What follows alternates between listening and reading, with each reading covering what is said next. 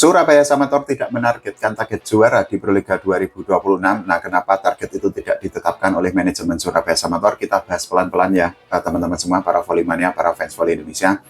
Jadi, Pak Hadi Sampurno, selaku manajer dari Surabaya Samator itu sudah menyatakan bahwa Surabaya Samator itu memang tidak memiliki target untuk menjadi juara di Proliga 2026. Nanti kita akan dengarkan bareng-bareng pernyataan atau video berisi pernyataan dari Pak Hadi Sampurno mengenai persiapan, kemudian skuad atau komposisi pemain dari Surabaya Samator, dan juga target untuk Surabaya Samator di Proliga 2026.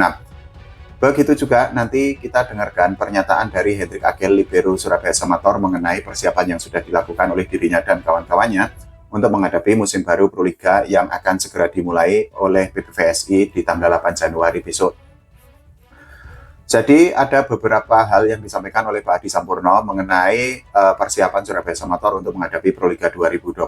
Salah satunya itu adalah komposisi dari pemain asing yang memang sampai saat ini Surabaya Samator itu kan baru memiliki satu pemain asing, setter Livanta Buada asal Kuba, pemain timnas Kuba.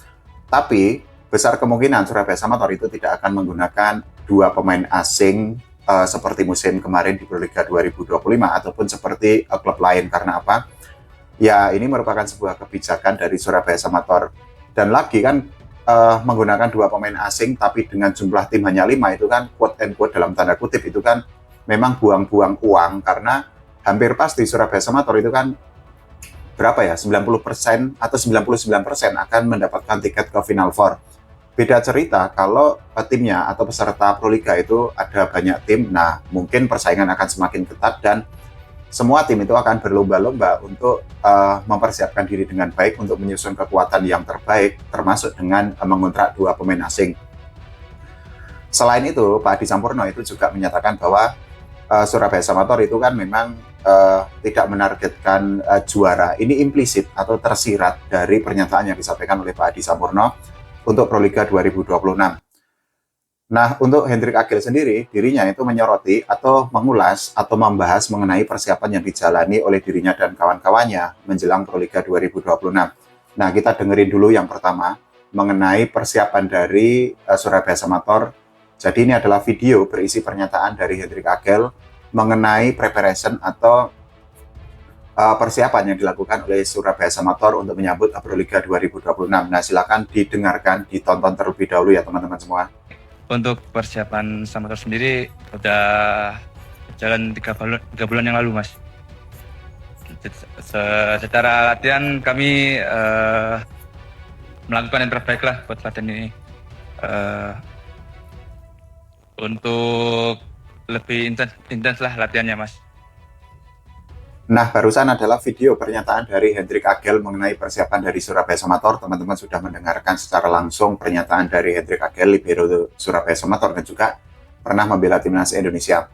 Jadi, seperti yang sudah didengarkan, persiapan Surabaya Samator itu kan sangat intensif selama 3 bulan menjelang Proliga 2026.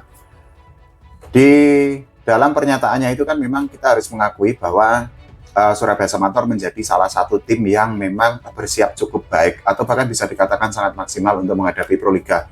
Sebenarnya ini bukan sesuatu yang asing karena memang ada atau tidak ada Proliga, Surabaya Samator itu kan memang tim pembinaan tuh, latihan tetap jalan, kemudian juga usaha atau upaya untuk mengorbitkan atau menelurkan pemain-pemain baru itu kan juga terus berjalan, terus dilakukan secara kontinu.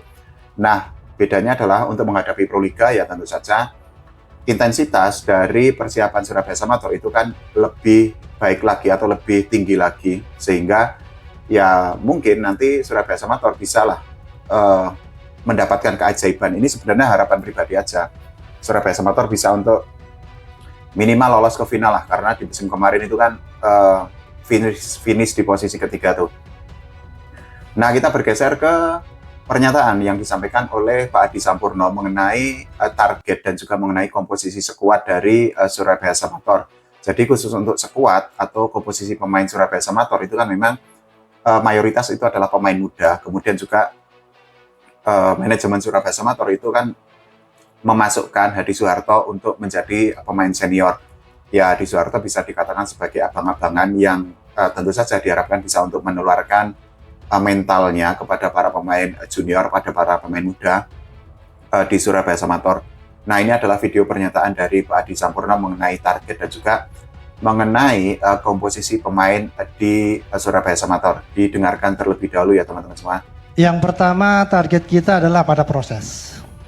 Karena istilahnya kan hasil tidak akan pernah mengkhianati proses. Jadi kami proses latihannya maksimal agar ketika menghadapi Proliga 2026 sudah siap 100%.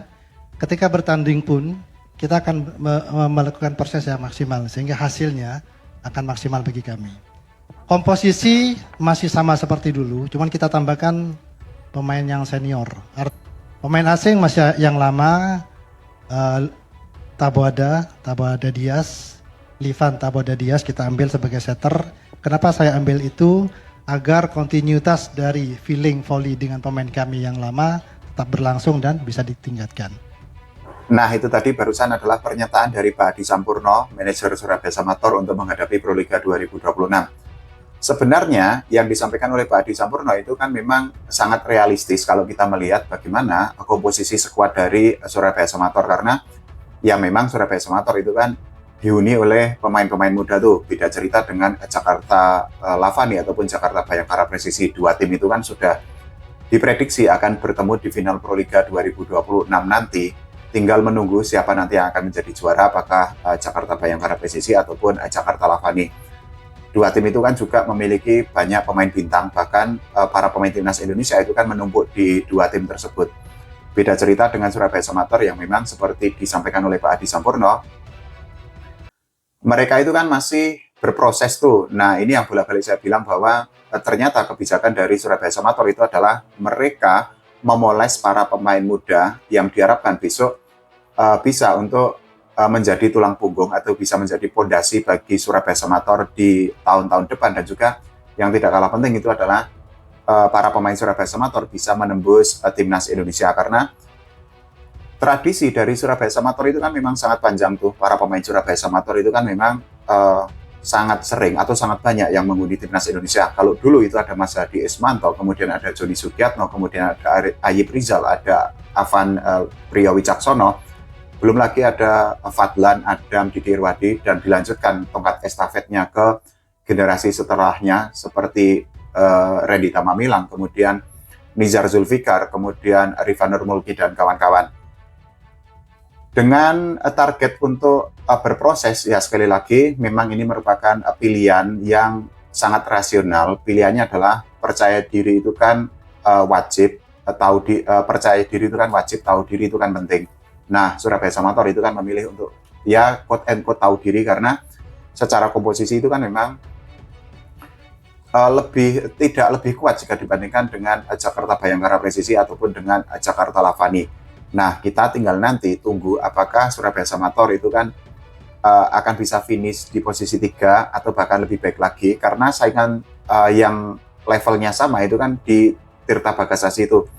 Tirta Bagasasi meskipun tim baru, tapi pemain-pemainnya itu kan beberapa sudah mencicipi Proliga. Fahri Septian, kemudian Hayun Muhammad, kemudian ada juga Bagus Wahyu, setter senior, mantan setter timnas Indonesia, mantan setter Surabaya Samator juga.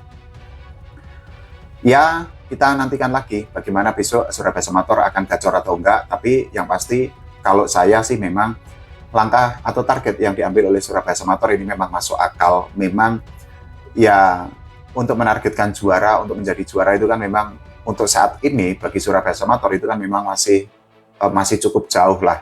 Beda cerita dengan besok-besok kalau misal peserta Proliga itu banyak tim, sehingga ya semua tim itu akan berlomba-lomba untuk mempersiapkan diri dengan lebih baik.